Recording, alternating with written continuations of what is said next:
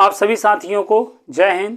हम लोग आ गए हैं मैट्रिक्स और डिटर्मिनेंट के अगले वीडियो पर, जिसमें हम आज डिटर्मिनेंट के कुछ कॉन्सेप्ट्स देखेंगे और कुछ मैट्रिक्स और डिटर्मिनेंट के अच्छे क्वेश्चनों को हम लोग देखने वाले हैं। तो आप सभी लोग कॉपी पेन लेकर रेडी होंगे। तो चलिए स्टार्ट करते हैं आज के क्लास को। तो आज हम सबसे पहले जो है डिटर्मिनेंट क्या होता है, व्हाट इज डिटर्मिनेंट, उसको हम समझेंगे और इसका बेसिक तरीका क्या होता है। एक बात मैं आपको बताना चाहता हूं कि मैट्रिक्स को आप जो है एक्सपेंड नहीं कर सकते हो। Matrix can not be expand, मतलब मैट्रिक्स का आप प्रसार नहीं कर सकते हैं। मैट्रिक्स का प्रसार करके आप कोई एक न्यूमेरिकल वैल्यू या कोई आंकिक मान मैट्रिक्स का नहीं होता है। मैट्रिक्स का जो आंसर होता है एक मैट्रिक्स होता है, ठीक है। लेकिन अब यहाँ पर हम डिटर्मिनेंट पढ़ेंगे। मैट्रिक्स का ही जो सेकेंड फॉर्म है वो क्या होता है, डिटर्मिनेंट। ओके, तो डिटर्मिनेंट बेसिकली क्या है, it is a value related to square matrix. जो आपका स्क्वायर मैट्रिक्स होता है, ठीक है, अगर हम स्क्वायर मैट्रिक्स की वैल्यू निकाल डालें तो वही यहाँ पर क्या कहलाता है, डिटर्मिनेंट कहलाता है। जैसे आप देखें, आप ए आपके पास कोई स्क्वायर मैट्रिक्स है, जैसे ए आपके पास क्या है, कोई स्क्वायर मैट्रिक्स है। मैं आपको ये बताना चाहते हैं कि जो आपका स्क्वायर मैट्रिक्स है वही का डिटर्मिनेंट किया जा सकता है। जैसे लाइक आपके पास ये क्या है, कोई स्क्वायर मैट्रिक्स है, 1 2 3 4 करके आपके पास क्या है, कोई स्क्वायर मैट्रिक्स है। अब अगर हमें इसका क्या करना है, डिटर्मिनेंट लेना है, इसका हमें अगर सारणिक करना है तो हमें क्या करना होगा, ठीक है, ये जो मैट्रिक्स है इस पे हमें डिटर्मिनेंट का साइन लगा देना होगा।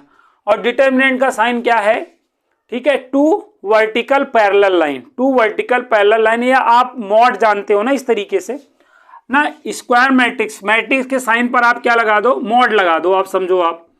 बट यहां पर इसको मॉड पढ़ना थोड़ा उचित नहीं होता है। यहां पर इसको क्या पढ़ा जाता है, डिटर्मिनेंट पढ़ा जाता है। क्या पढ़ा जाता है, डिटर्मिनेंट। अब हम इसे एक्सपेंड कर सकते हैं। अब डिटर्मिनेंट को एक्सपेंड करना आपके लिए बाएं हाथ का काम होगा कि ऐसे 1 का 4 में मल्टीप्लाई कर लेना होता है, फिर सरकारी माइनस लगाना होता है, और 3 को 2 से मल्टीप्लाई कर लेना होता है। ऐसा करके आप क्या कर देते हो, सबट्रैक्ट कर देते हो। तो ये क्या हो गया, डिटर्मिनेंट की वैल्यू आ गई, सारणिक का क्या आ गया, मान आ गया। तो ये जो डिटर्मिनेंट है ऑर्डर 2 का ये आपका डिटर्मिनेंट है। इसमें अगर हम बात करें तो इसका ऑर्डर क्या है, ऑर्डर 2 का। तो ऑर्डर 2 के डिटर्मिनेंट को हम इस तरह क्या कर सकते हैं, एक्सपेंड कर सकते हैं, ठीक है। डिटर्मिनेंट आपका एक न्यूमेरिकल वैल्यू आपको गिव्स करता है, देता है। जबकि अगर हम ये मैट्रिक्स है तो मैट्रिक्स को हम एक्सपेंड नहीं कर सकते। देखो डिटर्मिनेंट था ना ये, इसको हमने एक्सपेंड करके -2 आंसर ला लिया है ना। लेकिन इसको हम एक्सपेंड कर सकते हैं, नहीं एक्सपेंड कर सकते हैं। तो ट्रू फॉल्स में ये क्वेश्चन आ जाते हैं। Determinant can be expand but matrix can not be expand. Determinant को तो एक्सपेंड किया जा सकता है लेकिन मैट्रिक्स को एक्सपेंड नहीं किया जा सकता है। इस बात को आप लोगों को ध्यान में रखना है। तो आई होप ये बात आपको पहले से भी पता रही होगी और आपको रिवाइज हुई होगी 101%, ठीक है। अब हम आगे आते हैं, ठीक है। ऑर्डर 3 का क्या देखते हैं हम, डिटर्मिनेंट। तो मैं कह रहा हूं कि ये जो स्क्वायर मैट्रिक्स होती है उसी को अगर हम क्या कर दें, ठीक है, स्क्वायर मैट्रिक्स की अगर हम वैल्यू निकालना चाहते हैं तो उसके लिए हमें क्या करना पड़ता है, डिटर्मिनेंट करना पड़ता है, तभी हम जो है उसकी वैल्यू निकाल सकते हैं। और स्क्वायर मैट्रिक्स से ही डिटर्मिनेंट होता है, ठीक है। डिटर्मिनेंट क्या है, जिसमें number of rose, number of column हो, ठीक है, but always number of rose number of columns के बराबर हो, और उसको हम एक्सपेंड कर पाए, कोई न्यूमेरिकल वैल्यू दे पाए, तो वही आपका क्या कहलाएगा, डिटर्मिनेंट कहलाएगा। इसीलिए ये बोला जाता है कि स्क्वायर मैट्रिक्स का ही हम डिटर्मिनेंट कर सकते हैं। तो हमेशा याद रखिए, अगर आपके पास इस तरीके से, तो यहां पर ऑर्डर क्या है, 3/3।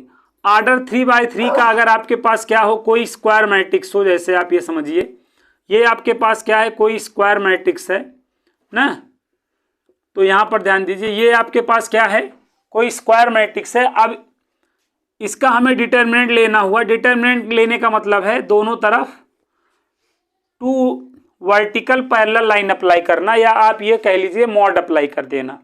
स्क्वायर मैट्रिक्स पे दोनों साइड आप क्या अप्लाई कर देते हो, मॉड अप्लाई कर देते हो तो वो डिटर्मिनेंट कहलाने लगता है। ठीक है, तो यहाँ पर देखो ये जैसे 2 है, -1 4 -1 1 0 1 2 3, अब ये क्या कहलाएगा? डिटर्मिनेंट कहलाएगा। और डिटर्मिनेंट है तो यहाँ पर आप साइन जानते ही हो, प्लस माइनस और प्लस। डिटर्मिनेंट में यहाँ पे हम कोई भी रो या कॉलम को एक्सपेंड कर सकते हैं। ये आपका क्या है? फर्स्ट रो है। अभी यहाँ पर हम किसको एक्सपेंड करने जा रहे हैं? फर्स्ट रो को एक्सपेंड करने जा रहे हैं। तो देखो साइन क्या हुआ? प्लस माइनस प्लस, और ये साइन आपका अल्टरनेटिव जो है मूव करता है। जैसे यहाँ पे प्लस है तो यहाँ पे माइनस फिर प्लस होगा, यहाँ पे माइनस तो यहाँ पे प्लस फिर माइनस होगा, यहाँ पे प्लस यहाँ पे माइनस और यहाँ पे प्लस होगा। तो ये आपका साइन आपका अल्टरनेटिव होता है, ये बात आपको ध्यान रखना है।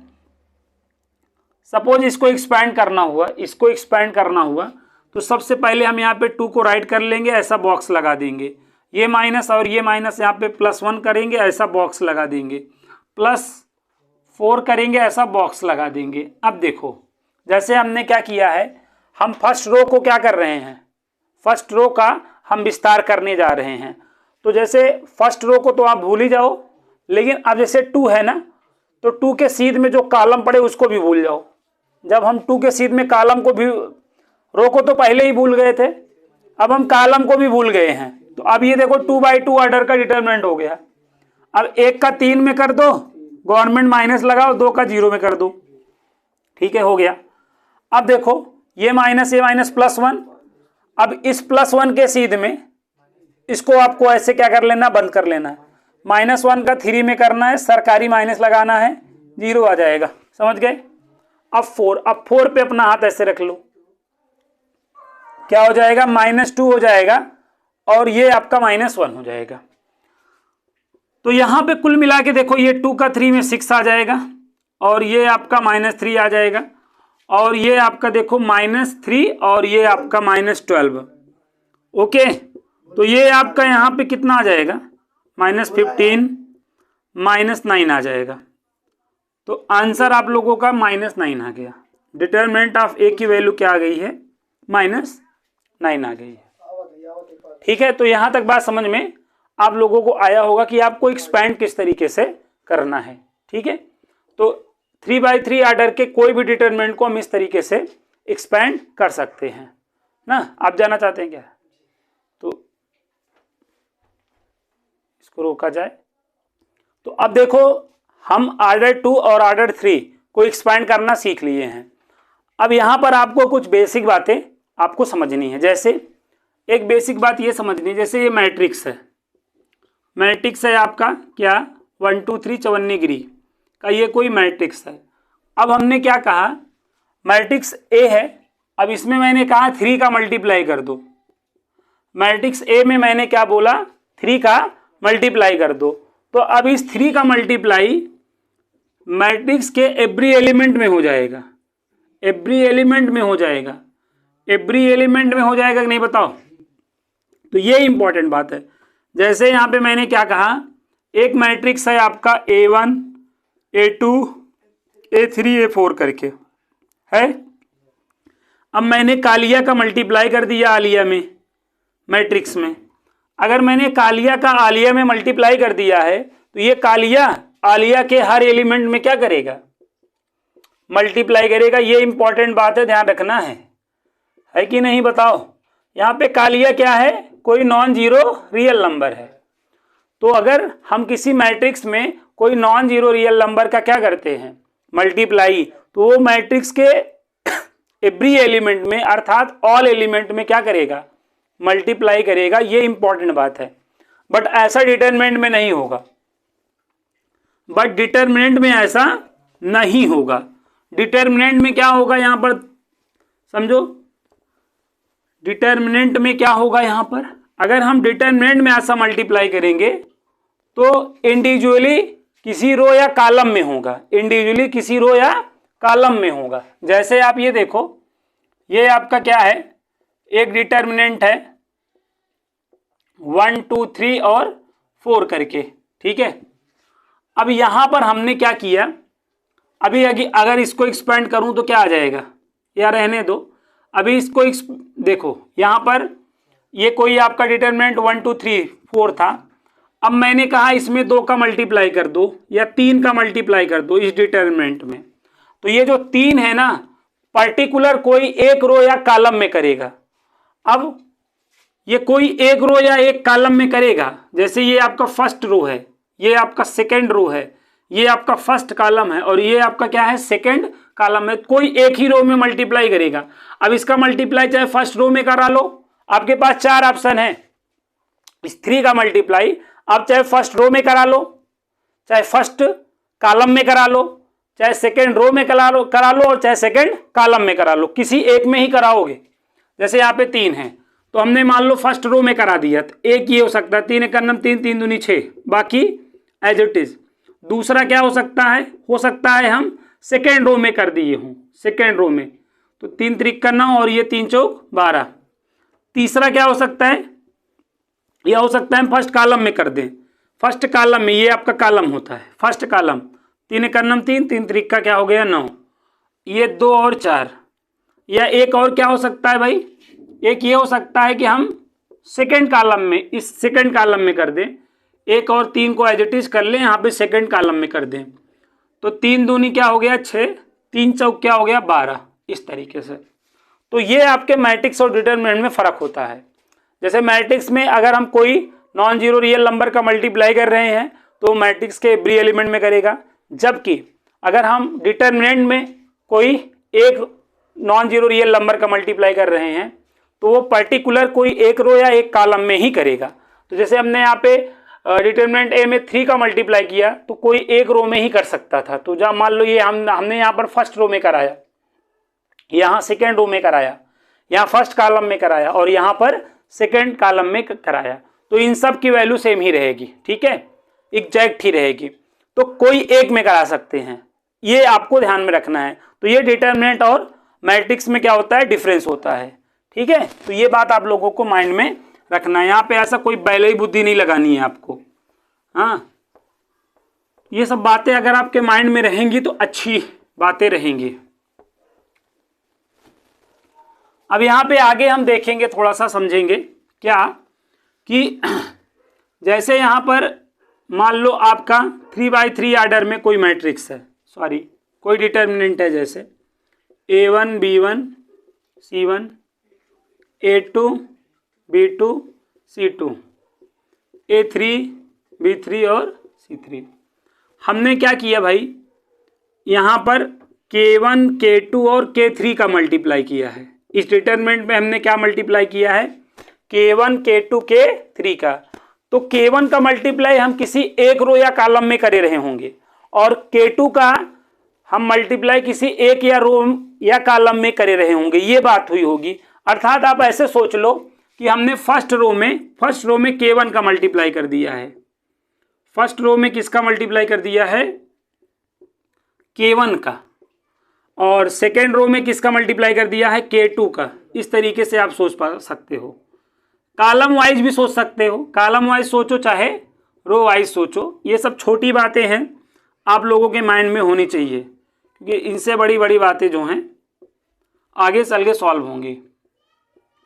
तो ये देखो, अगर K1 K2 K3 का मल्टीप्लाई अगर हम डिटरमिनेंट ऑफ ए में करे हैं तो इस तरीके से फर्स्ट रो, ठीक है, तो मतलब K1 का मल्टीप्लाई फर्स्ट रो में करना पड़ेगा, K2 का मल्टीप्लाई सेकेंड रो में और K3 का मल्टीप्लाई थर्ड रो में करना पड़ेगा, या हम कॉलम वाइज भी ये चीज़ कर सकते थे।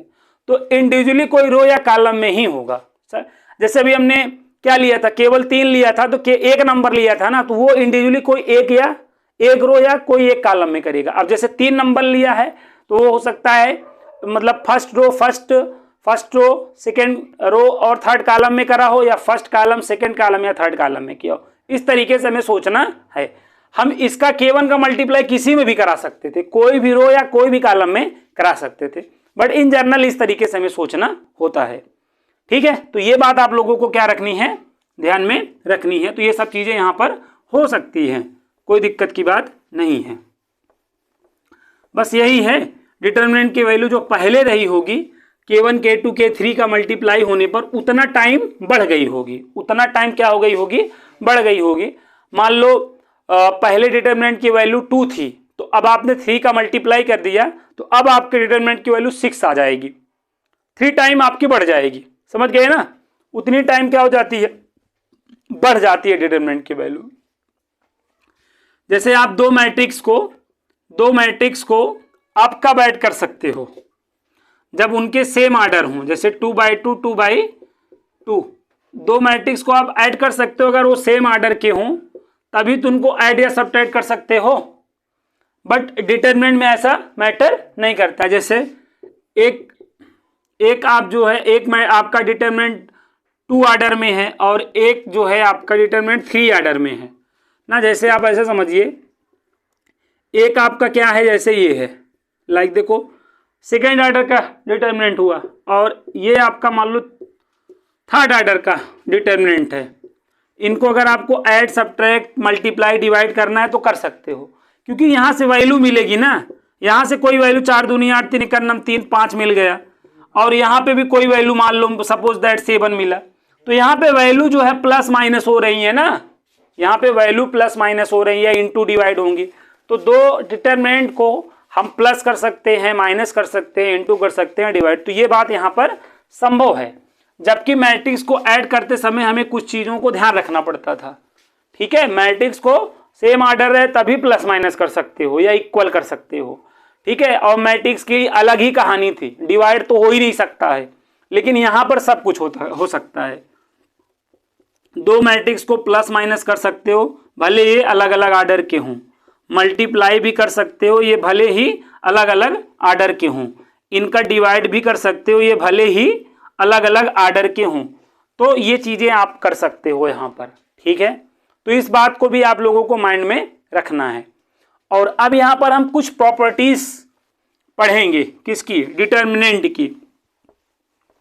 अब यहाँ पर हम कुछ डिटरमिनेंट की बेसिक बातों को समझेंगे ना, जो आपके लिए जानना बहुत ही महत्वपूर्ण है। क्या कि आपको ये बात पता भी होगा, डिटरमिनेंट का अगर एवरी एलिमेंट क्या है, 0, किसी डिटरमिनेंट का अगर एवरी एलिमेंट 0 है तो उस डिटरमिनेंट की वैल्यू क्या होती है भाई, 0 होती है। जैसे ये आपका क्या है ना, डिटरमिनेंट है, और इस डिटरमिनेंट का देखो ये जो सेकेंड वाला रो है, ये सेकेंड जो रो है का एवरी एलिमेंट 0 है ना, तो इसको विदाउट एक्सपेंड आप क्या आंसर लिख सकते हो, 0 लिख सकते हो। ये प्रॉपर्टी है, 0 प्रॉपर्टी होती है ना डिटरमिनेंट की। तो कोई भी डिटरमिनेंट का अगर एवरी रो या एवरी कॉलम का एलिमेंट क्या हो, 0 हो, तो that determinant will be 0। Okay, तो वो डिटरमिनेंट हमेशा क्या हो जाएगा, 0 हो जाएगा। इसी तरह मतलब ऐसे ये चीज आपके दिमाग में रहना चाहिए जी, नहीं रहेगा तो बहुत ही प्रॉब्लम आ जाएगी। जैसे ये है, देखो यहाँ पर, अब यहाँ पर देखो क्या है, जो C3 है कि ऑल एलिमेंट 0 है नहीं, तो विदाउट एक्सपेंड किए ही आंसर को क्या लिख लो, 0 लिख लो। बाकी एक्सपेंड करना है ना तो करो ना भाई, जब आप R2 का करोगे तो हर बॉक्स के पहले 0 रहेगा ना, तो 0 ही तो आ जाएगा टोटली। ऐसे अगर हम C3 को एक्सपेंड कर ले, हर बॉक्स के पहले 0 आएगा तो टोटली 0 ही तो आएगा। तो ये बात आप लोगों को ध्यान में रखना है। ठीक है, 0 प्रॉपर्टी है कि अगर डिटरमिनेंट के एवरी एलिमेंट, एवरी रो, समझ रहे हो ना, डिटरमिनेंट के किसी रो या कॉलम के एवरी एलिमेंट अगर क्या है, 0 है, तो उस डिटरमिनेंट की वैल्यू क्या होगी, 0 होगी। अब यहाँ पे आती है अगली प्रॉपर्टी, आइडेंटिकल प्रॉपर्टी। क्या आती है, आइडेंटिकल प्रॉपर्टी। आइडेंटिकल प्रॉपर्टी में क्या होता है कि अगर देखो आइडेंटिकल भाई, जैसे कोई भी एक व्यक्ति है तो वो इटसेल्फ का तो आइडेंटिकल है ही। तो आइडेंटिकल कहने के लिए कम से कम 2 का मैच होना जरूरी होता है। आइडेंटिकल का मतलब मैच होना, ठीक है, डबल रोल वाली जो बात होती है ना, एक जैसे। अगर कोई 2 रो या 2 कॉलम एक जैसे हैं तो उन्हें आइडेंटिकल कहा जाता है, और उस अवस्था में भी वैल्यू हमेशा क्या हुआ करती है, 0 हुआ करती है। अब यहां पर देखो, ये आपका जो R1 है और ये जो आपका R2 है आइडेंटिकल है ना, तो यहाँ पे वैल्यू क्या हो जाएगी, 0 हो जाएगी। तो इसको हम आइडेंटिकल प्रॉपर्टी बोलते हैं। कोई भी डिटरमिनेंट में अगर 2 रो या 2 कॉलम क्या हैं, आइडेंटिकल हैं, तो उस डिटरमिनेंट की वैल्यू भी हमेशा क्या होगी, 0 होगी। तो यहाँ पे कौन आइडेंटिकल है, R1 एंड R3 यहाँ पर क्या था, आइडेंटिकल था, आइडेंटिकल था। इस वजह से वैल्यू क्या हो जाएगी भाई साहब, 0 हो जाएगी। तो ये काफ़ी इंपॉर्टेंट क्या होती है, कंडीशन होती है। इस कंडीशंस को अगर आप ध्यान रख लेते हैं तो बहुत अच्छा है। जैसे यहाँ पर देखें, यहाँ पे मैंने लिख दिया ABC, यहाँ पे मैंने लिख दिया MNP और यहाँ पे फिर मैंने लिख दिया ABC। तो अब यहाँ पर अगर आप गौर करें, जो C1 एंड C3 है ये क्या है आपका, आइडेंटिकल है। क्या है भाई, आइडेंटिकल है, तो वैल्यू क्या हो जाएगी, 0 हो जाएगी। आइडेंटिकल है तो वैल्यू क्या हो जाएगी, 0 हो जाएगी। ये बात आप लोगों को ध्यान में रखना है। C1 और C3 यहाँ पर आइडेंटिकल है। आइडेंटिकल का मतलब एक जैसा, जैसे ABC, तो वैल्यू तुरंत क्या आ जाएगी, 0। अब इसको एक्सपैंड करने की जरूरत नहीं है, आप एक्सपैंड करोगे तो आंसर क्या आएगा, 0 आएगा। ओके, तो ये बात याद रखना है। अब देखो थोड़ा सा कुछ 1-1 का एक मतलब कॉन्सेप्ट होता है, उस कॉन्सेप्ट को समझो। इसमें हम क्या क्या कर सकते हैं, क्या क्या नहीं कर सकते हैं। देखो एक बात हमेशा याद रखो, जैसे ये आपको आइडेंटिकल वाली कंडीशन तो याद ही हो गई, और एक चीज और याद रखो, अगर जैसे कोई क्या है, डिटर्मिनेंट है, जैसे ये आपका क्या है, कोई डिटर्मिनेंट है, इसको अभी एक्सपेंड करो तो क्या आएगा, 4 - 6 - 2 आ गया कि नहीं बताओ। ठीक है, ये आपका कोई डिटर्मिनेंट क्या था, ए था। अब इसका अगर आप ट्रांसपोज ले लो, क्या ले लो, ट्रांसपोज का डिटर्मिनेंट ले लो। ट्रांसपोज का डिटर्मिनेंट लेने का मतलब जान ही रहे हो, क्या, रो को कॉलम में, कॉलम को रो में, जो लेटा हुआ है उसे खड़ा कर दो, जैसे 1 2 3 4। तो ये इस डिटर्मिनेंट का क्या हो गया, ट्रांसपोज हो गया कि नहीं। किसी भी डिटर्मिनेंट का अगर आप ट्रांसपोज कर लेते हो और उसको एक्सपेंड करोगे तब भी वही वैल्यू आएगी जो इसकी थी, जो इसकी थी। चाहे देख लो, 4 × 1 = 4, 3 दूनी 6, देखो -2 ही आया कि नहीं।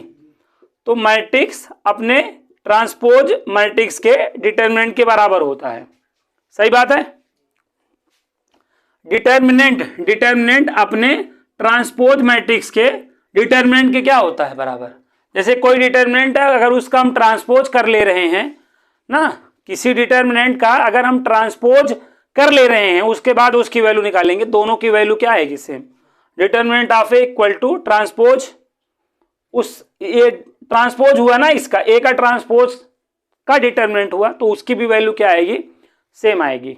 ठीक है, मतलब समझ गए ना।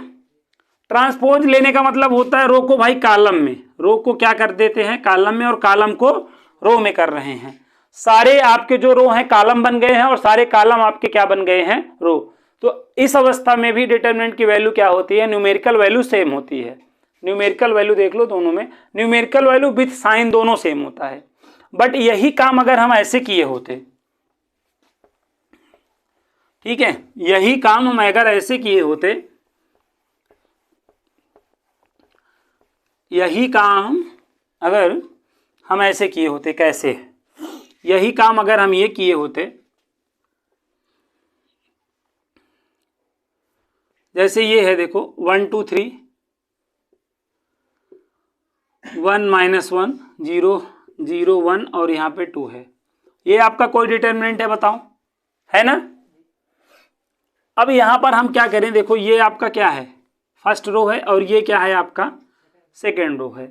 अगर यहाँ पे एडजेसेंट टू रो होने का मतलब एक दूसरे से जो सटे हुए दो रो हैं, जैसे ये एक दूसरे से सटा हुआ रो है, लेकिन अगर हम इसकी और इसकी बात करें तो ये सटे हुए नहीं हैं। एडजेसेंट रो का यही मतलब होता है, या एडजेसेंट कॉलम का यही मतलब, जो एक दूसरे से सटे हुए हैं। जैसे ये देखो C1 और C2 या C2 और C3 एक दूसरे से क्या हुए, सटे हुए हैं ना, तो इन्हें हम एडजेसेंट कॉलम बोलेंगे, या एडजेसेंट अगर इस तरीके से कर रहे हैं तो रो कहेंगे। तो किसी भी डिटरमिनेंट में अगर सटे हुए दो रो या दो कॉलम को क्या कर दिया जाए, इंटरचेंज कर दिया जाए, तो डिटरमिनेंट की वैल्यू तो वही रहती है बट साइन चेंज हो जाता है। न्यूमेरिकल वैल्यू तो वही रहती है बट साइन चेंज हो जाता है।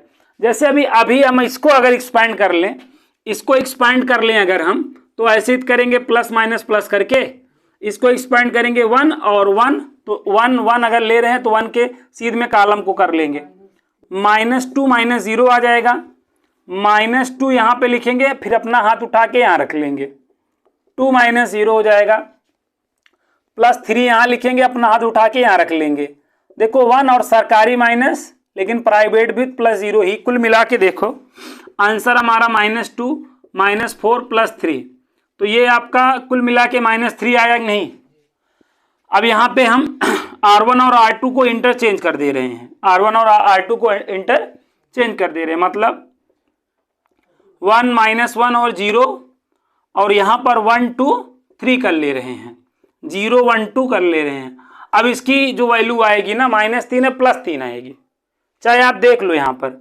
तो ये भी आपकी गजब की प्रॉपर्टी है, याद रखनी है, खतरनाक वाली प्रॉपर्टी। देखो 1 है तो इसको ऐसे हाथ रख लो अपना, 2 का देखो 4 हो जाएगा, 3 एक 3, ये माइनस +1, और यहाँ पे देखो 1 का 3 में, 1 का 2 में 2, यहाँ 0 हो जाएगा, और +0 और यहाँ पे क्या हो जाएगा 1 -0। तो यहाँ पे देखो क्या आ गया, 1 आ गया, यहाँ 2 आ गया, वहाँ तो खत्म। देखो कुल मिला के 3 आया कि नहीं। तो क्या सीखे आप, अगर कोई डिटर्मिनेंट है ना, उसकी एडजेसेंट 2 रो या 2 कॉलम का आप क्या कर लेते हो, इंटरचेंज कर लेते हो, तो न्यूमेरिकल वैल्यू क्या होगी सेम, बट साइन चेंज होगा। बट साइन क्या होगा, चेंज। अब एडजेसेंट का मतलब बता चुका हूं, R1 R2 C1 C2। अब R1 और R3 का नहीं मैं बोल रहा हूं, जो एक दूसरे से सट, जैसे R2 R3 एडजेसेंट है, C1 C2 एडजेसेंट है, C1 और C3 नहीं है। तो इनको अगर आप इंटरचेंज करोगे तो न्यूमेरिकल वैल्यू क्या रहेगी, वही, बट साइन क्या हो जाएगा, चेंज हो जाएगा। ये बात याद रखना। तो ये सब एज ए स्टेटमेंट वाले जो क्वेश्चंस होते हैं बन जाते हैं। तो ये सब बातें अगर आप ध्यान में नहीं रखोगे तो कई जगह आपको प्रॉब्लम हो सकती है, ठीक है, समस्या हो सकती है। अब यहां पर अगर ये बोला जा रहा है, ठीक है, क्या कि एक कोई क्या है, डिटर्मिनेंट है, ये एक क्या है, कोई डिटर्मिनेंट है, एक क्या है, कोई डिटर्मिनेंट है, जैसे इस तरीके से एक कोई क्या है, डिटर्मिनेंट है, ठीक है। उसमें ये बोला गया कि भाई फर्स्ट रो में m का मल्टीप्लाई हुआ है, और सेकेंड रो में n का मल्टीप्लाई हुआ है, और थर्ड रो में क्या है, p का मल्टीप्लाई हुआ है, ठीक है। तो पहले मान लो सपोज पहले वैल्यू k रही है, कब, जब मल्टीप्लाई नहीं हुआ था, जब R1 में m का मल्टीप्लाई, R2 में n का, R3 में p का मल्टीप्लाई नहीं हुआ था। इसको एक्सपांड करने पे सपोज क्या आया था, k आया था। तो ये मल्टीप्लाई हो जाने के बाद, ये MNP टाइम क्या हो जाएगा, बढ़ जाएगा। ये k है ना, तो इसी k में MNP टाइम ये क्या हो जाएगा, बढ़ जाएगा। मतलब अब ये यहाँ पे आप जान रहे हो, ये डिटरमिनेंट आपका ये बनेगा, कुल मिला के क्या बनेगा, जान ही रहे हो, A1M B1M C1M है ना, A2N B2N और C2N। इसी तरीके से यहाँ पे A3P B3P और C3P। अब ये आपका क्या होगा, MNP टाइम जो है, मान लो जो कालिया था, MNP टाइम वो क्या हो जाएगा, बढ़ जाएगा। तो ये चीज भी याद रखना है। ये 2 पे भी सही है, 1 पे भी सही है, और 3 से ज्यादा हो जाए तो भी सही है, ठीक है, कोई प्रॉब्लम की बात नहीं है। ये आपका क्वेश्चन जो है बन जाता है, ठीक है। तो यहां तक आप लोगों को ध्यान में रखना है। अब यहां पर हम कुछ आपको एक चीज और मैं बता रहा हूं, कैलकुलेशन को इजी करने के लिए। कैलकुलेशन का इजी का पार्ट है, कभी भी किसी रो या कॉलम में आपको 1 1 मिल जाए, क्या मिल जाए, किसी रो या कॉलम में आपको कभी भी 1 1 मिल जाए, तो 2 को 0 बना के 1 को एक्सपेंड कर लेना होता है। जैसे आप यहां पर देखो, जैसे ये है, ये कोई क्या है ना, आपका ये कोई डिटर्मिनेंट है इस तरीके से ना, और यहाँ पर जैसे 2 4 6 है, यहाँ पे 3 5 7 है, 3 5 7 है। अब इस डिटर्मिनेंट का जो फर्स्ट रो है, देखो फर्स्ट रो, ये फर्स्ट रो है ना, फर्स्ट रो में 1 1 है कि नहीं बताओ। अब यहाँ पे इसको वैसे तो आप इसको एक्सपेंड कर ही लोगे, लेकिन कभी भी किसी रो में, किसी रो के ऑल एलिमेंट को अगर 1 1 देख रहे हो तो 2 को 0 कर लो, 1 को एक्सपांड कर लोगे, जल्दी से आंसर निकल जाएगा। ये चीज जब ABC के फॉर्म में होती है तो आपको ज्यादा हेल्प करती है। तो जैसे यहां पर हम देखो, ये क्या है, जैसे ये रो में है ना, तो कॉलम को सब्ट्रैक्ट करना पड़ेगा, ये भी ध्यान रखना। ये रो में है ना 1 1 में, फर्स्ट वाले रो में 1 1 है ना, तो यहाँ देखो ये C1 में आपको C2 घटाना पड़ेगा और C2 में C3 घटाना पड़ेगा। जरा इसका भी मतलब समझ लो, ये क्या कह रहा है, C1 में C2 को घटा दो, लेकिन किसके प्लेस पे लिखो, C1 के प्लेस पर। यहाँ पे क्या कह रहा है, C2 को C3 में घटा दो, लेकिन किसके प्लेस पे लिखो, C2। मतलब यहाँ पर C1 और C2 की पोजीशन बदलने वाली है, और किसका मौसम नहीं बदलने वाला है, C3 का मौसम नहीं बदलने वाला है, C1 और C2 का बदलने वाला है। ठीक है, तो यहाँ पर ध्यान दो, हम कैसे कर लेंगे, देखो 1 में 1 0 आ गया, 2 में 4 -2 आ गया,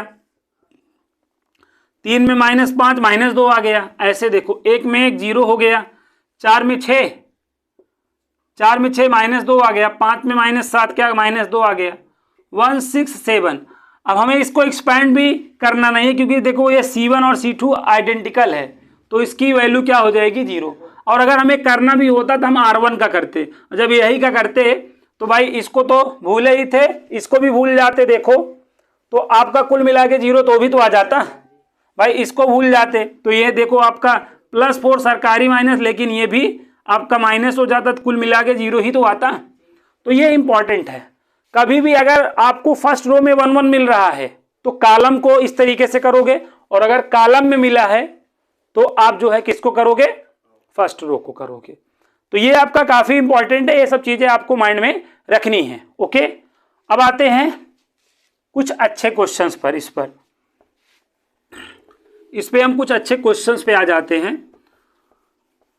एक बड़ा ही इंपॉर्टेंट क्वेश्चन मुझे याद आ रहा है, एक क्या कई क्वेश्चन अच्छे इसमें आपको मैं कराऊंगा, इसकी आप टेंशन नहीं लो। जैसे एक अभी याद आ रहा है 1 1 1 1 है, यहाँ 1 है, यहाँ पे 1 + x है, यहाँ पे 1 है, यहाँ 1 और यहाँ 1, और यहाँ पे 1 + y है, और ऐसे यहाँ पे क्वेश्चन मार्क, इसकी वैल्यू आपको बताना रहेगा।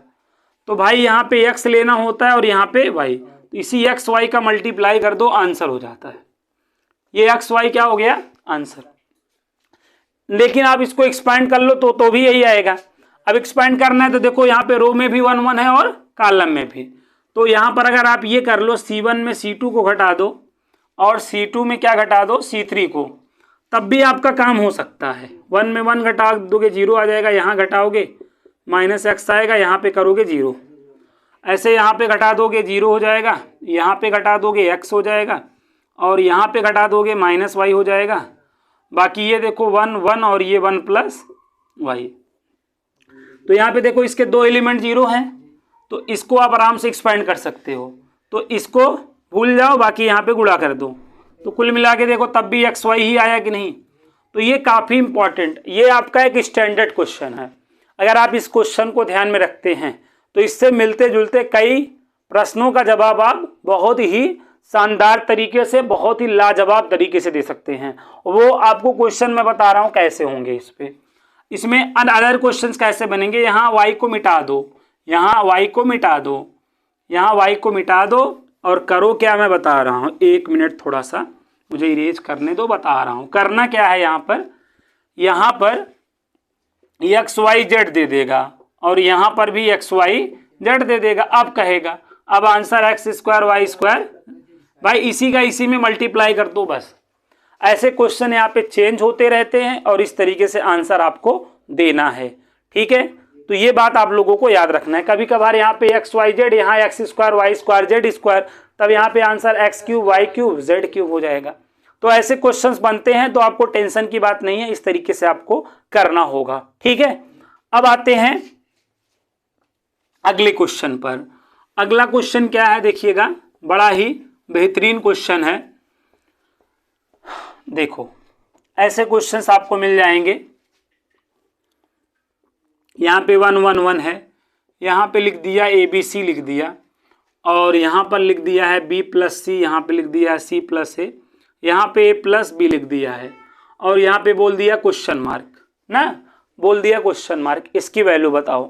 तो अब यहाँ पर देखो, अगर हम C3 में C2 को ऐड कर डालें ना, तो अब यहाँ पे देखो कौन सा टेंस टू किया हूँ, C3 टेंस टू किया हूँ ना। जो टेंस टू हुआ है वही की पोजीशन बदलेगी, वही चेंज होगा जो टेंस टू में हुआ है। जो C3 टेंस टू, C3 का ही पोजीशन बदलना है। 1 1 1 कैसे बदलना है, C3 में C2 को ऐड करके। ये C3 है, इसको ऐड करो ना। C2 को तो नोट कर लो, यहाँ पे ABC को तो नोट कर लो। अब C3 में C2 ऐड करोगे ना तो यहाँ A plus B plus C, यहाँ भी करोगे तो A plus B plus C हो जाएगा, यहाँ भी करोगे तो क्या हो जाएगा, A plus B plus C। अब ये चीज कॉमन है कि नहीं C3 में ना, taken common from C3 A plus B plus C। तो जब आप इसको कॉमन ले डालोगे तो कॉमन वाली चीज डिटरमिनेंट के बाहर लिखकर मल्टीप्लाई हो जाता है, 1 1 1। और यहां पर देख लो ABC, और यहाँ पे क्या है 1 1 1। ठीक है, अब ये देखो यहाँ पे C1 और C3 क्या हो गया, आइडेंटिकल हो गया है। तो ये 0, तो इस पूरे को क्या कर डालेगा, 0 कर डालेगा। तो इस तरीके से हमें क्वेश्चंस को क्या करना होता है भाई, करना होता है। समझ गए? तो काफी अच्छा क्वेश्चन था, आप लोगों को 101% समझ में आया होगा। आओ एक गजब सा क्वेश्चन और देखता हूं। ठीक है, क्वेश्चन तो हम लोग बहुत सारे देखेंगे, आपको अप्रोच बता रहा हूं। इस तरीके से आपको क्वेश्चंस को क्या करना है भाई, सोचना है, अप्रोच को समझो ना। हमेशा एक बात कहता हूं, नजरिया बदलो नजारे बदलेंगे, और सोच बदलो सितारे बदलेंगे। कश्तियां बदलने की जरूरत नहीं मेरे दोस्त, ठीक है, दिशा को बदलो किनारे बदलेंगे, है ना। आइए आते हैं अगले क्वेश्चन पर। इसी बात पर अगले क्वेश्चन पे आ जाते हैं हम। यहाँ पर A है, यहाँ पर A है, यहाँ पर B है और यहाँ पर C है। यहाँ पर A स्क्वायर है, यहाँ पर B स्क्वायर है, यहाँ पर C स्क्वायर है। यहाँ पर A क्यूब है, यहाँ पर B क्यूब है और यहाँ पर C क्यूब है। और यहाँ पर है आपका क्वेश्चन मार्क, यहाँ पर है आपका क्वेश्चन मार्क। अब इसकी बतानी है वैल्यू। तो देखो अब यहाँ पर देखो कॉलम वाइज, देखो कॉलम वाइज। अगर C1 में देखो A कॉमन है, C2 में देखो B कॉमन है और C3 में क्या है C। तो कॉमन वाली चीजें बाहर मल्टीप्लाई करके लिख दी जाती हैं। C1 से A कॉमन करा, C2 से B कॉमन करा और C3 से C कॉमन करा और मल्टीप्लाई करके बाहर लिख डाला। अब देखो यहाँ बचा क्या, 1A और यहाँ पे A स्क्वायर। ऐसे यहाँ देखो 1B और B स्क्वायर। ऐसे यहाँ देखो 1C और C स्क्वायर। अब देखो R1 में रो में 1 1 बन गया कि नहीं, 2 को 0 बना डालो, 1 को एक्सपैंड कर डालो, आंसर आ जाएगा, है ना। अब यहाँ पे 2 को 0 बनाने के लिए क्या करना है, C1 में C2 को घटा डालना है और C2 में C3 को घटा डालना है। बाकी बाहर तो ABC रहेगा ही ना, बाहर तो ABC रहेगा ही। 1 में 1 को घटा दो 0, A में B को घटा दो A माइनस B, इसको घटा दो A square minus B square रहेगा। 1 में 1 को घटा दो 0 आएगा, B में C को घटा दो B माइनस C और यहाँ पर घटा डालो B square minus C square और यहाँ पर आपको 1 और C स्क्वायर। ठीक है, अब यहाँ पर देखो 0 में तो सब कुछ है ना, 0 में तो सब कुछ है, केवल इनटू करने की देरी है। तो जैसे देखो 0 इंटू A माइनस बी तो कर ही सकते हो, A माइनस बी, और यहाँ पे A square minus B square जब लगाओगे A plus B A minus B, तो कुल मिला के C1 में A माइनस बी भी कॉमन है और C2 में B माइनस C भी कॉमन है। देखो कॉमन लेने से गम हल्का हो जाता है, जैसे पैक लेने से गम हल्का हो जाता है, वैसे ही मैथ में कॉमन लेने से गम हल्का हो जाता है। तो पहले गम हल्का करना है, ठीक है, उसके बाद लोहार के पास जाना है, तो एकदम आपका गम हल्का कर देगा। ठीक है, तो यहां तक बात समझ में आ गई होगी। अब आगे देखो हमें क्या करना है भाई, आगे इसके आगे हमें क्या करना है, अभी एक्सपैंड नहीं करना है जी। जब थोड़ा सा इजी टाइप का क्या मिलेगा, टर्म मिलेगा, तब हमको एक्सपैंड करना है, तब हमको एक्सपैंड करना है। तो यहाँ पे C1 से मैं A माइनस बी और इससे B माइनस सी कॉमन निकाल रहा हूं, तो ABC और यहाँ पर देख लो क्या हो जाएगा, A माइनस बी कॉमन और यहाँ से B माइनस सी कॉमन। देखो यहाँ पर 0 1 और यहाँ पर क्या हुआ नीचे A प्लस बी, C2 से कॉमन ले डाला 0 1 और B प्लस C, यहाँ पे कॉमन ले डाला 1C और क्या हो गया सी स्क्वायर। अब हम थोड़ा सा एक्सपैंड कर डालेंगे, थोड़ा सा क्या करेंगे, ऐसे एक्सपैंड करेंगे। 1 को कर रहे हैं ना, जिसको भी एक्सपैंड करोगे उसके सीध में रो और कॉलम को छोड़ना होता है।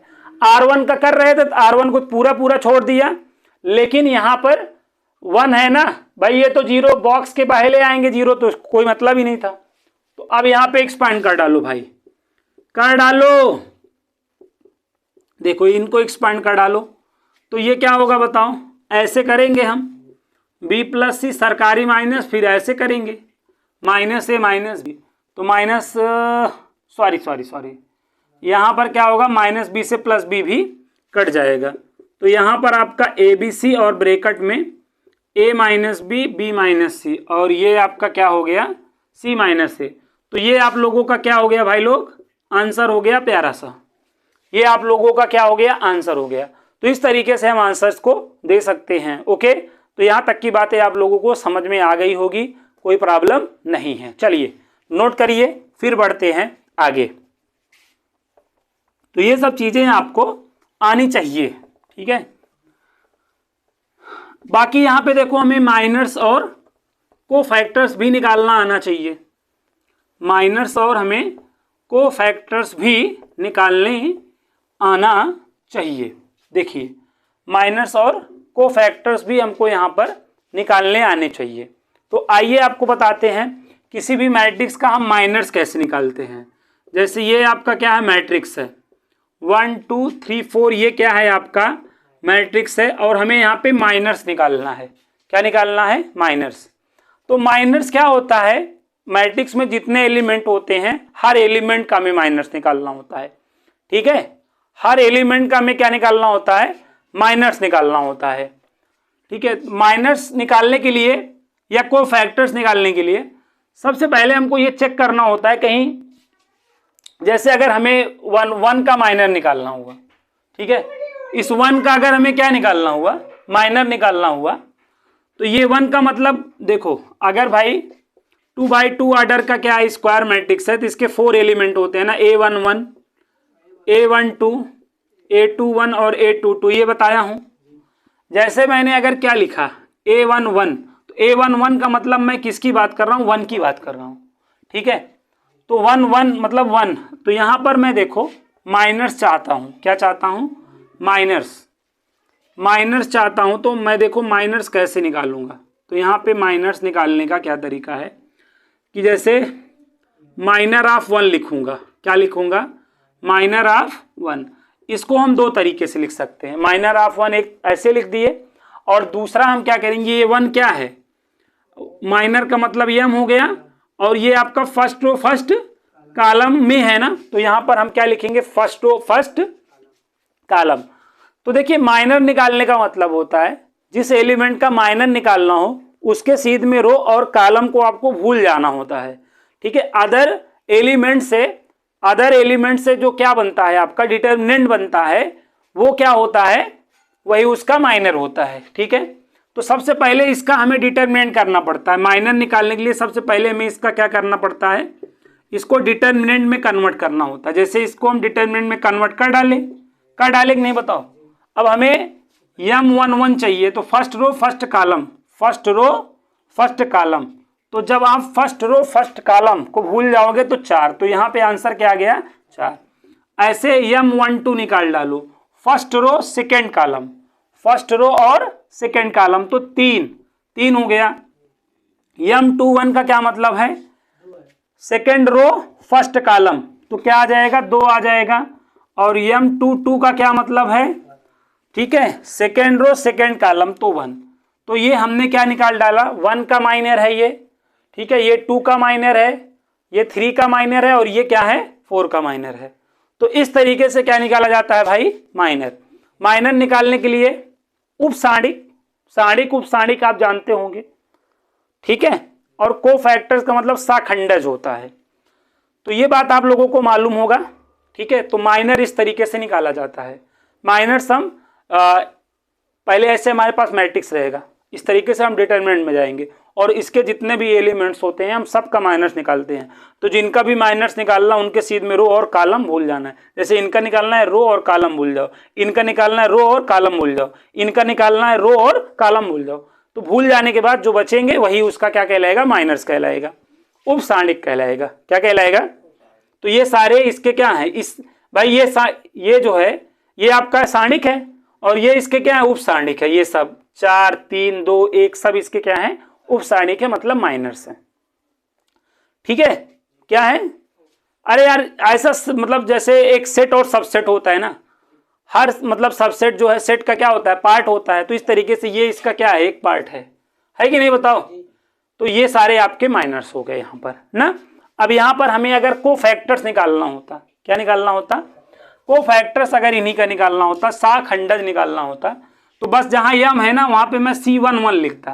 क्या लिखता? C11 लिखता। और एक बात याद रखता, क्या कि भाई अगर रो प्लस कॉलम अगर इवन आ रहा है तो मुझे प्लस का साइन लेना होता, और रो प्लस कॉलम अगर ऑड आ रहा होता, विषम आ रहा होता, तब मुझे माइनस का साइन लेना होता बस। ठीक है, जैसे यहाँ पर देखो 1 + 1 कर दो, रो प्लस कॉलम 1 1 2 आया, 2 इवन है, तो यहाँ पे मुझे प्लस और क्या ले लेना है, 4, बस खत्म। अब C12 देखो रो प्लस कॉलम ऑड आया, तो यहाँ पे -3 छोड़ना उसमें भी है, फर्स्ट यहाँ पे फर्स्ट रो सेकेंड कॉलम, यहाँ पे फर्स्ट रो फर्स्ट कॉलम। ठीक है, विथ साइन ले लेना, माइनस विथ साइन आपका क्या कहलाता है, यही कहलाता है। ठीक है, तो यहाँ पे आपका कोफैक्टर्स कहलाता है। तो कोफैक्टर्स के लिए डायरेक्ट ये भी मतलब है, जैसे Cij इक्वल टू इसमें क्या होता है, -1 i + j Mij। तो यही चीज मैं कर रहा हूं, देख लो। ठीक है, यही फार्मूले को यूज करके ही चीजें मैं निकाल रहा हूं। देखो C11 तो यहाँ देखो -1 और 1 + 1 तो यहाँ पे 2, -1 की पावर 2 तो +1 हो जाएगा। और ये M11 first row first column को भूल जा रहा हूं, तो कुल मिला के आएगा तो यही। तो चाहे हम इसका यूज कर लें चाहे हम इस तरीके से कर लें, बात एक ही हुई। अब जैसे यहाँ पे देखो C21 है, रो प्लस कॉलम ऑड आया, माइनस लगा दो, 2 आ जाएगा, है ना। C22 भूल जाओ, ये क्या हो गया, 1 आ गया। तो देखो ये माइनर हो गया और ये क्या हो गया, कोफैक्टर्स। अब ये माइनर कोफैक्टर्स जो है, कोफैक्टर से जो कोफैक्टर के ये एलिमेंट्स हुए, ये कोफैक्टर्स के क्या हुए, एलिमेंट्स। इनसे जो डिटरमिनेंट बनेगा, इनसे एक मतलब आप मैट्रिक्स बना सकते हो, इनसे एक मैट्रिक्स बना सकते हो। और ये मैट्रिक्स क्या होगा, 4 -3 -2 और 1। और इस मैट्रिक्स को आप C बोल दो। क्या बोल दो, C। अगर यही का ट्रांसपोज कर लिया जाए, अर्थात डैश ले लिया जाए, अगर यही का क्या कर लिया जाए, डैश, तो ये एडजॉइंट ए बन जाता है। क्या बन जाता है, ये आपके सागुणनखंड थे। कोफैक्टर्स का मतलब सागुणनखंड और एडजॉइंट ए का मतलब साखंडज आव्यूह। एडजॉइंट ए का क्या मतलब है, साखंडज। देखो आओ डीजे बजाएं आलिया, तो आओ डीजे बजाएं आलिया में जो ये कोफैक्टर्स होता है वही का हमें क्या लेना होता है, ट्रांसपोज लेना होता है। मतलब डैश लेने का मतलब जान ही रहे हो, जो लेटा हुआ है खड़ा कर दो। तो देखो ये 4 -3 और ये -2 1, ये क्या हो गया, एडजॉइंट ए हो गया। क्या हो गया, एडजॉइंट ए हो गया। समझ गए कि नहीं, बताओ। एडजॉइंट ए आ गया आपका, ये एडजॉइंट ए आ गया, ये आपका एडजॉइंट ए आ गया। समझ गए। अब अगर हमें इनवर्स निकालना होता, यही का क्या निकालना होता ना, इनवर्स निकालना होता, तो ये फार्मूला हमको याद ही है, 1/डिटर्मिनेंट ऑफ ए इंटू क्या होता है, एडजॉइंट ए। तो इस फार्मूले का हम यूज कर देते तो हमारे पास क्या आ जाता भाई, डिटर्मिनेंट इसका तो हम डिटर्मिनेंट ऑफ ए निकाल ही सकते हैं ना, 4 × 4 तो -2। तो यहाँ पर 1/-2 कर देते और एडजॉइंट ए की वैल्यू हमारे पास क्या है, आप देख सकते हैं 4 -3 -2 और 1 है कि नहीं, 4 -3 -2 1। अच्छा ये सॉरी, यहाँ पे 4 -2, क्षमा चाहते हैं, 4 -2 और यहाँ पे -3 और क्या है 1। अब -1/2 का अंदर मल्टीप्लाई कर डालो, यही आपका क्या आ जाएगा, ए इनवर्स आ जाएगा। तो यहाँ पर एक बात आपको गौर करना है, ठीक है, यहाँ तक समझ में आ गया होगा।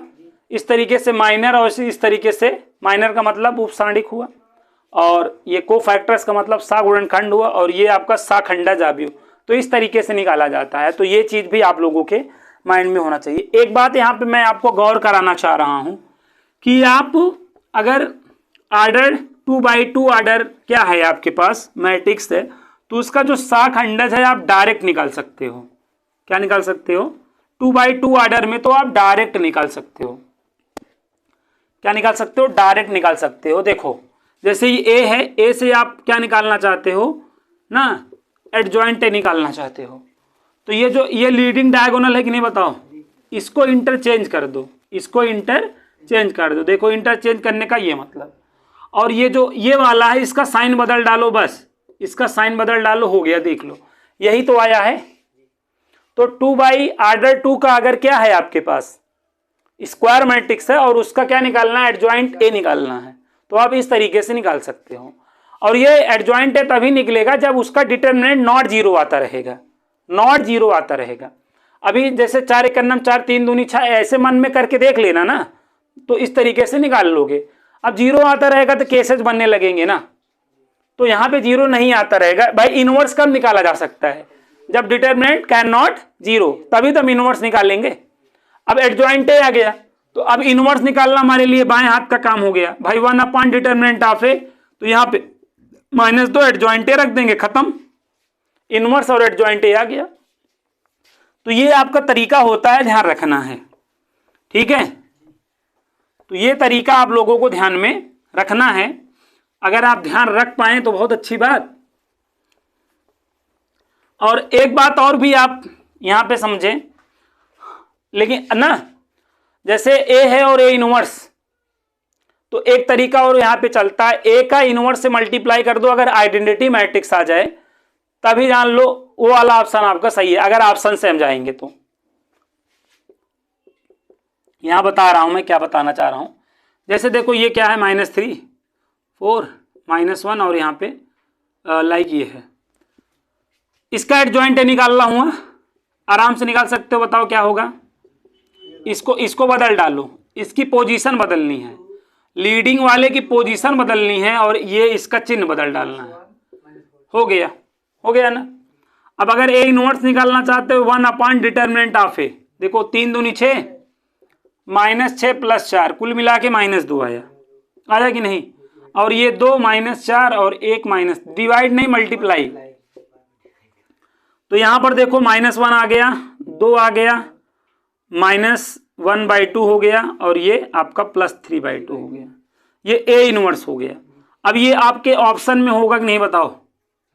होगा ना।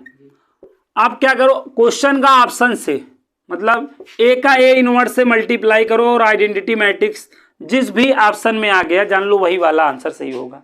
अभी इसका मल्टीप्लाई कर दो, देखो आइडेंटिटी आएगा, चाहे देख लो यहाँ पे देखो ए है -3 4 -1 2, और यहाँ देख लो भाई जैसे -1 है, 2 है, -1/2 है, 3/2 है। अब मल्टीप्लाई करना आता ही है, रो का ऐसे कॉलम में करना है। देखो करो, -3 देखो +3 हो गया, 4 और 4 गुणे 1 ना तो -2 आ जाएगा।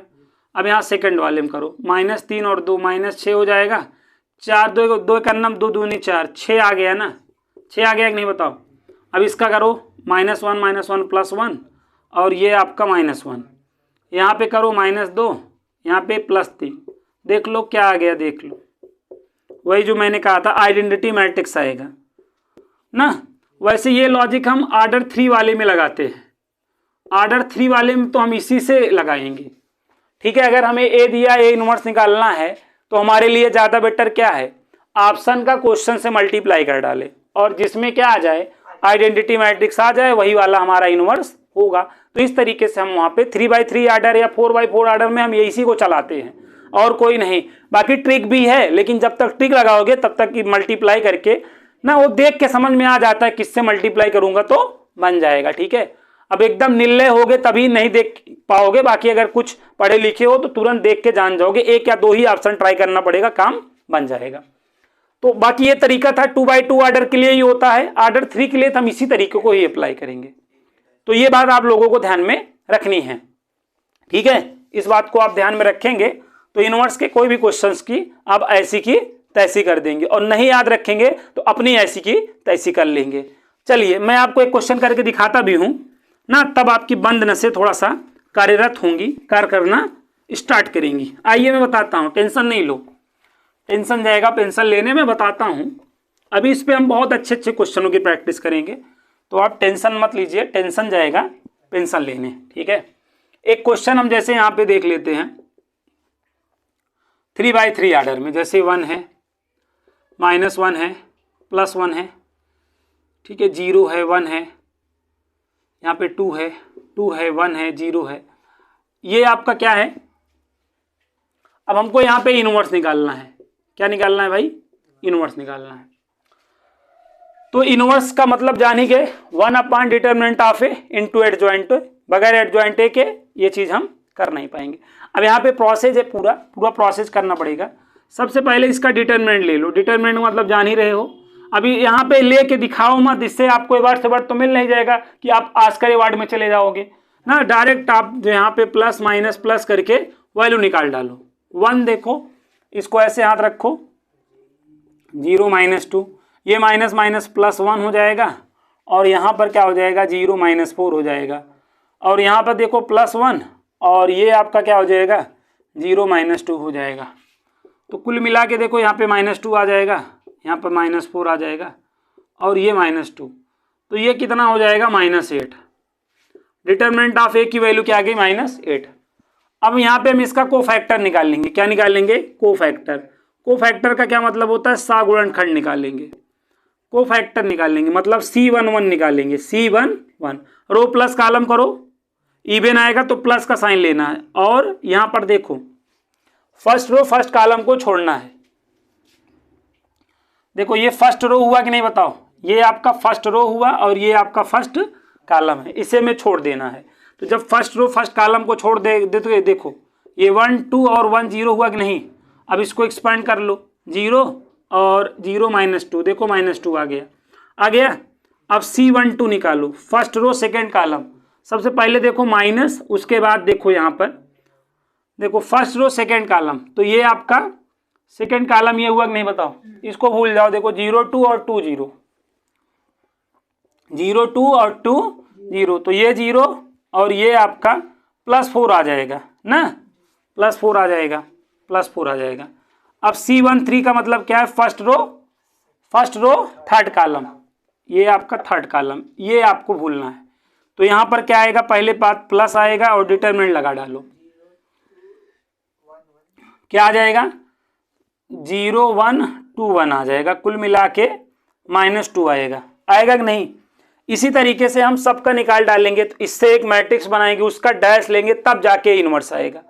ये क्या आया C11 C12 C। अब ऐसे हम क्या निकालेंगे, C21 निकालेंगे, C22 निकालेंगे, C23 निकालेंगे, फिर C31 निकालेंगे, C32 निकालेंगे, C33 निकालेंगे, तो ना है कि नहीं। अब मान लो हम सपोज करते हैं इस तरीके से, ऐसे कुछ आएगा, ऐसे सोच लेना, ऐसे निकालोगे तो एग्जैक्ट मालूम हो जाएगा। इस तरीके से मान लो आया।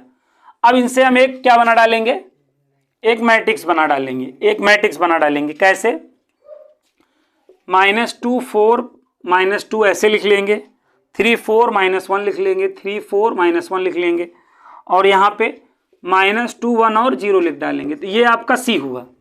अब इसका हम डैश ले डालेंगे, क्या ले डालेंगे, डैश, तो ये एडजॉइंट ए बन जाएगा। ये क्या बन जाएगा, एडजॉइंट ए बन जाएगा। तो अब फिर ये फार्मूला लगा देंगे, 1 determinant of A into adjoint A. तो प्रोसेस तो यही है ना, तो जाके आपका क्या निकल गया, ए इनवर्स निकल गया। अब ए इनवर्स मान लो निकल गया है, तो ये ऑप्शन में होगा, है कि नहीं भाई। अगर आपसे ए इनवर्स पूछेगा ऑप्शन में होगा, तो ऑप्शन का इससे मल्टीप्लाई करो भाई, ए का ए इनवर्स से मल्टीप्लाई करो, अगर आइडेंटिटी जिसमें आ जा रहा है वही उसका इनवर्स होगा। तो कुल मिला के कहानी यही थी। लगाने का तरीका जो फंडामेंटल हमने बेसिक पढ़ा ये है, बाकी ऑप्शन से ही हम लोग जो है इस क्वेश्चन को करने का प्रयास करेंगे, तो इसलिए इसमें टाइम वेस्ट हम नहीं करते हैं, आप चीजों को समझ रहे हैं, ठीक है। तो यहां तक बात आप लोगों को समझ में आ चुकी होगी। तो ये चीज़ें आप लोगों को माइंड में रखनी हैं, ठीक है। नहीं रखोगे तो आपके करोड़ों भाई बहन इन चीज़ों को ध्यान में रखेंगे ही। तो हम चाहते हैं कि आप ही ध्यान में रखें। तो यहाँ तक बात आप लोगों को समझ में आ गई होगी, ठीक है। अब कल वाले वीडियो में, नेक्स्ट वाले वीडियो में हम यहाँ पर आपको क्या बताएंगे, कुछ प्रॉपर्टी बताएंगे। अभी कुछ और प्रॉपर्टीज बची हैं, कुछ और बेसिक बातें मैट्रिक्स की बची हैं। तो कल हम उसके बाद अगला जो वीडियो होगा सॉल्यूशन ऑफ इक्वेशंस का होगा। तो अभी 2 वीडियो और बनेंगे कॉन्सेप्ट के लिए, उसके बाद और 3-4 वीडियो जो बनाऊंगा उसमें प्रैक्टिस करा दूंगा, ठीक है। तो टेंशन नहीं लो, टेंशन जाएगा। टेंशन लेने आपको हमारे साथ लगे रहना है। तो मिलते हैं नेक्स्ट वीडियो में, तब तक के लिए जय हिंद, जय भारत।